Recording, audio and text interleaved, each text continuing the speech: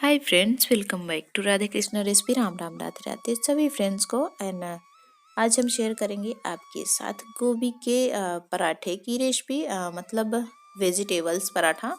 मैंने इसमें गाजर शिमला मिर्च भी डाली हुई हैं। बहुत ज़्यादा टेस्टी, बहुत ज़्यादा हेल्दी। जैसा कि आप सबको पता है, इस टाइम गोभी का सीज़न चल रहा है, तो सबसे ज़्यादा हमने गोभी ही ऐड की हुई है। तो चलिए बनाना शुरू करते हैं। तो यहाँ पे हमने एक शिमला मिर्च, एक गाजर और एक कॉलीफ्लावर मतलब गोभी ली हुई है। और इसको अच्छे से पहले से वॉश कर लेनी है हमें। अगर आप चाहें तो शिमला मिर्च और गाजर को हटा के सिर्फ गोभी से पराठे बना सकते हैं। तो 4-5 हरी मिर्च बारीक कटी हुई हमने ली हुई है, वॉश करके कट कर ली है बारीक। और 5-6 लहसुन की कलियाँ, 1 इंच अदरक के टुकड़ी को क्रश कर लिया, मतलब कूट लिया।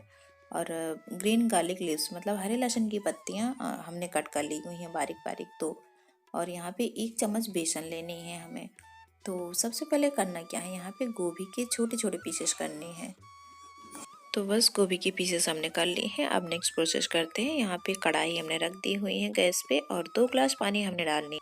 पानी में उबाला आने तक वेट करना है। 1/4 स्पून टर्मरिक पाउडर और आधा छोटा चम्मच नमक डालनी है। आप रेगुलर नमक ले सकते हैं या फिर सेंधा नमक, जो भी खाते हैं डाल दीजिए।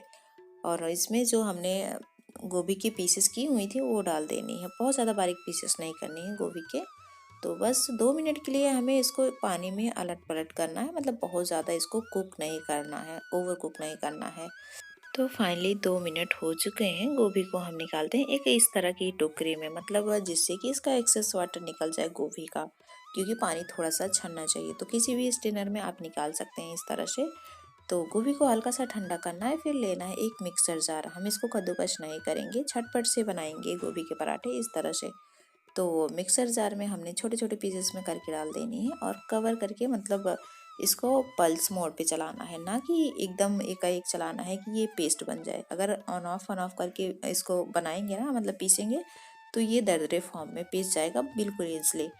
तो आप देख सकते हैं बहुत ज़्यादा बारीक नहीं करनी हमें, बहुत ज़्यादा दरदरा नहीं करना है, बिल्कुल इवनली ये पीस चुका है। तो बस इसी तरह से हमने पीस लेनी है। तो नेक्स्ट प्रोसेस करते हैं। यहाँ पे जो शिमला मिर्च हमने ली हुई थी ना, उनको भी हमें छोटे छोटे पीसेस में इस तरह से कट करके डाल देनी है, क्योंकि शिमला मिर्च को हमें बॉयल तो करना नहीं है। तो बस उसके बाद गाजर हमने डाल देनी है इस तरह से। और इसको भी हमें ऐसे ही पीसना है, ऑन ऑफ करके इस तरह से पीसेंगे तो ये बिल्कुल दरदरे फॉर्म में रेडी हो जाएगा। तो इसको भी हम ट्रांसफ़र करते हैं एक प्लेट में। तो ऑलमोस्ट यहाँ पे हमारे पराठे की स्टफिंग बिल्कुल रेडी हो चुकी है। आप इस तरह से पराठे में स्टफ़ करने के लिए मिक्सर रेडी कर सकते हैं, है ना। तो नेक्स्ट प्रोसेस करनी है, हमें इसको फ्राई करना है। 2 चम्मच कुकिंग ऑयल हमने डालनी है इस तरह से, और आधा छोटा चम्मच जीरा। जब जीरा क्रैकल होने लगे ना, उसके बाद हरे लहसुन की पत्तियाँ, मतलब अगर मिल जाए तो ज़रूर डालें। तो यहाँ पे लहसुन के green part and white part को हमने कट करके बारीक डाली है, और अदरक लहसुन को क्रश करके। तो हल्का सा इसको भूनना है, मतलब फ्लेवर चेंज होने तक। बहुत ज़्यादा इसमें रेडनेस नहीं लानी है। तो आप एक बार इस तरह से बनाइए, आपको मतलब पराठे झटपट भी रेडी हो जाएंगे और बहुत ज़्यादा टाइम नहीं लगेगा, टेस्टी भी बनेंगे। तो अब हमने डालनी है इसमें 4-5 हरी मिर्च बारीक कटी हुई। आप भी डाल सकते हैं, बट वो थोड़ा सा अनहेल्दी होता है ना, तो इसलिए कम डालिए। आधा छोटा चम्मच हमने डाली हुई है काश्मीरी रेड चिली पाउडर, जो तीखा कम होता है वही वाला। तो आधा छोटा चम्मच कोरिएंडर पाउडर, मतलब धनिया का पाउडर। और बस हल्का सा मसाले को भूनना है, लो मीडियम फ्लेम पे ये प्रोसेस करनी है, क्योंकि मसाले हैं ना तो ये जल्दी से जल जाते हैं। तो जब मसाले भून जाए ना, तो उसके बाद हमने 1 चम्मच भर के बेसन डाल देनी है और हल्का सा भून लेना है। और गाजर, गोभी और शिमला मिर्च का जो मिक्सचर था ना, जो पराठे में हमें स्टफ करनी, वो हमें डाल देनी है, क्योंकि हमें हल्का सा इसको 7 से 8 मिनट तक भूनना है, ताकि इसका मॉइस्चर ख़त्म हो जाए। जो ये गीला गीला सा रहता है ना, भूनने के बाद ये थोड़ा सा ड्राई हो जाता है, तो पराठे बनाने में ईजी होता है। 1 भर के चम्मच चाट मसाला हमने डाली हुई है, और 1 चम्मच green chilli sauce and tomato sauce भी हमने डाली हुई है। आप एक बार इस तरह से ट्राई कीजिएगा, आपको बहुत पसंद आएगा। खाना मतलब इस तरह से बनाइए ना कि ज़रूरी नहीं कि ये चीज़ डालनी है, ये चीज़ नहीं है तो ये चीज़ ज़रूरी है, ऐसा कुछ नहीं है। बस कोई भी खाना दिल से बनाइए, और ऐसे भी बहुत टेस्टी बनने वाला है।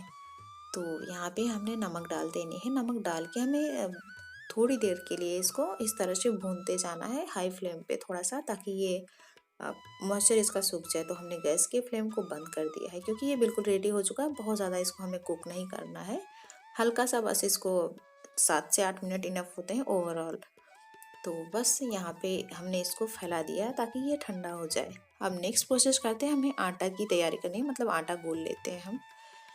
तो यहाँ पे हमने गेहूं का आटा लिया हुआ है 2 कटोरे, मतलब 500 ग्राम आटा।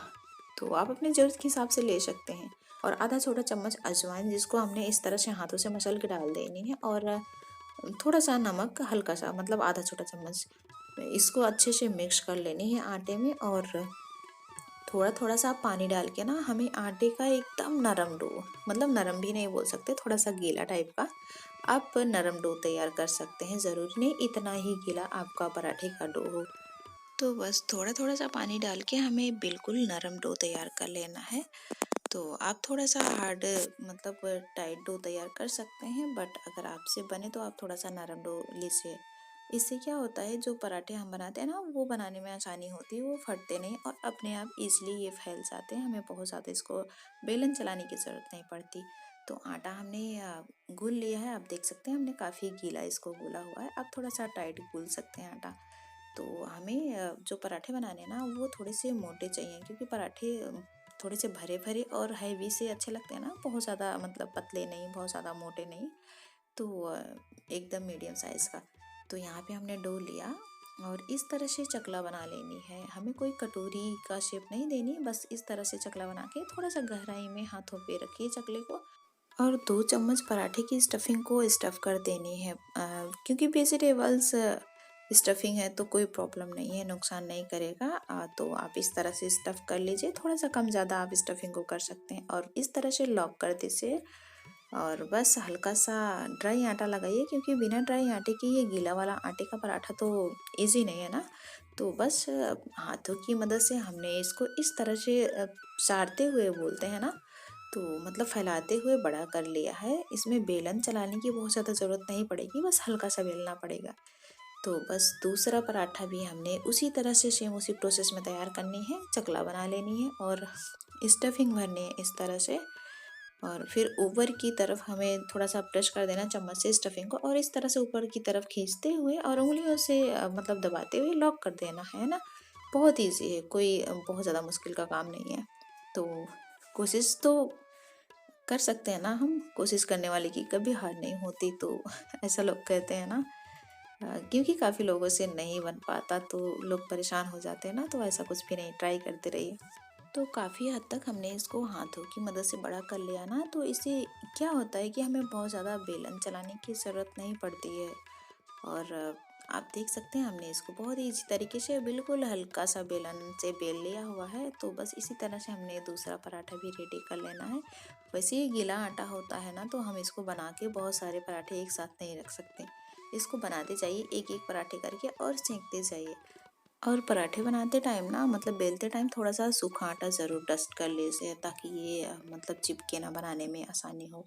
तो चलिए हम बनाना शुरू करते हैं। यहाँ पे हमने तवा रख दिया हुआ है, आप किसी भी तवे पे बना सकते हैं, लोहे के या फिर नॉन स्टिक पे, जो भी है आपके पास। तो हमने पराठे डाल देनी है। और वैसे भी कभी भी आप पराठे सेक रहे हैं ना, तो अगर हाई फ्लेम होता है ना, तो पराठे बहुत ज़्यादा फुले फुले से होते हैं। तो आप हाई फ्लेम पे पराठे को सेकिए, सही रहेगा। तो यहाँ पे पराठे को हमने इस तरह से अलट पलट के सेक लेनी है। और दोनों साइड हमने यहाँ पे मस्टर्ड ऑयल ली हुई है, लगा देनी है। अगर आप ड्राई पराठा बनाना चाहते हैं, मतलब बिना ऑयल के, तो ईजिली बना सकते हैं बिना तेल के। तो बस साइडें चेंज करते हुए हमें पराठे को सेक लेनी है, और ताकि ये कच्चा ना रह जाए, है ना। तो बस पराठे को हमें मीडियम फ्लेम पे कुक करना है, ये इससे अच्छा पराठा फूलता है। और अगर कोई पराठा फट भी जाता है, फटने की वजह से नहीं फूलता है ना, तो कोई प्रॉब्लम नहीं, टेस्ट में कोई कमी नहीं होती है ना। तो बस दूसरा पराठा भी हमने डाल देनी है, और जब नीचे से थोड़ा सा ड्राई हो जाए ना पराठा, तब हमें उसको पलट देनी है और दूसरे साइड में ऑयल लगा देनी है। और फिर हमें इसको पलट देनी है, और पलट के फिर दूसरी साइड में तेल लगा देनी है। तो आप भी ज़रूर ट्राई कीजिएगा, वेजिटेबल्स पराठा बहुत ही टेस्टी होता है। और आपको कद्दूकस करने की कोई ज़रूरत नहीं है, झटपट से आप इंस्टेंट में बना सकते हैं इसको। इसमें बहुत ज़्यादा टाइम नहीं लगता है। और क्योंकि कद्दूकस करने में थोड़ा सा टाइम लगता है ना, तो आप इस तरह से कर सकते हैं, चॉपर से भी आप इसको बारीक बारीक कट कर सकते हैं। तो यहाँ पे एक पराठे को हमने खोल के इस तरह से दिखाई है। आप अंदर की स्टफिंग देख सकते हैं। इसमें कोई ऐसा नहीं लग रहा है कि हमने इसको मिक्सर जार में बनाए हैं पीस के, क्योंकि हमने बहुत ज़्यादा बारीक नहीं किया है ना। तो इसी तरह से हमने सारे पराठे को रेडी कर लेना है। बहुत ज़्यादा टेस्टी होता है। आप एक बार ज़रूर ट्राई कीजिएगा ना इस तरह से। तो पराठे को ना हमने टोमेटो सॉस के साथ और अमरूद की चटनी के साथ सर्व की हुई हैं। आप इसे चाय के साथ भी खा सकते हैं। पराठे चाय के साथ भी बहुत ही अच्छे लगते हैं, बिल्कुल नरम और एकदम इस तरह से आप देख सकते हैं एकदम सॉफ्ट पराठा बना हुआ है हमारा। तो यहाँ पे हमने थोड़ी सी नींबू मिर्ची का अचार भी रखा हुआ है। तो आप कैसे भी खाएं, जैसे भी लाइक करते हैं, किसी भी सॉसेस के साथ, चाय के साथ, या फिर ऐसे भी खा सकते हैं, क्योंकि वेजिटेबल्स पराठा है तो कोई प्रॉब्लम नहीं है। हम बिल्कुल प्लेन भी खा सकते हैं ऐसे बिना किसी सॉसेस के, है ना। तो अगर आपको हमारी रेसिपी थोड़ी भी अच्छी लगती है ना, तो वीडियो को लाइक करिए, फैमिली एंड फ्रेंड्स में वीडियो को शेयर भी कर सकते हैं और चैनल को सब्सक्राइब भी कर सकते हैं। न्यू फ्रेंड्स हैं तो कमेंट करके हमें बता भी सकते हैं, है ना, क्योंकि कमेंट नहीं आएगा तो हमें पता नहीं चलेगा, है ना, कि आपको हमारी रेसिपी कैसी लगती है। प्लीज़ कमेंट करके ज़रूर बताइए। तो आप भी बनाइए, खाइए, खिलाइए, स्वस्थ रहिए, मस्त रहिए और अपने अपनों का ध्यान ज़रूर रखते रहिए, है ना। तो फिर मिलते हैं एक और इसी रेसिपी के साथ। जय भोलेनाथ।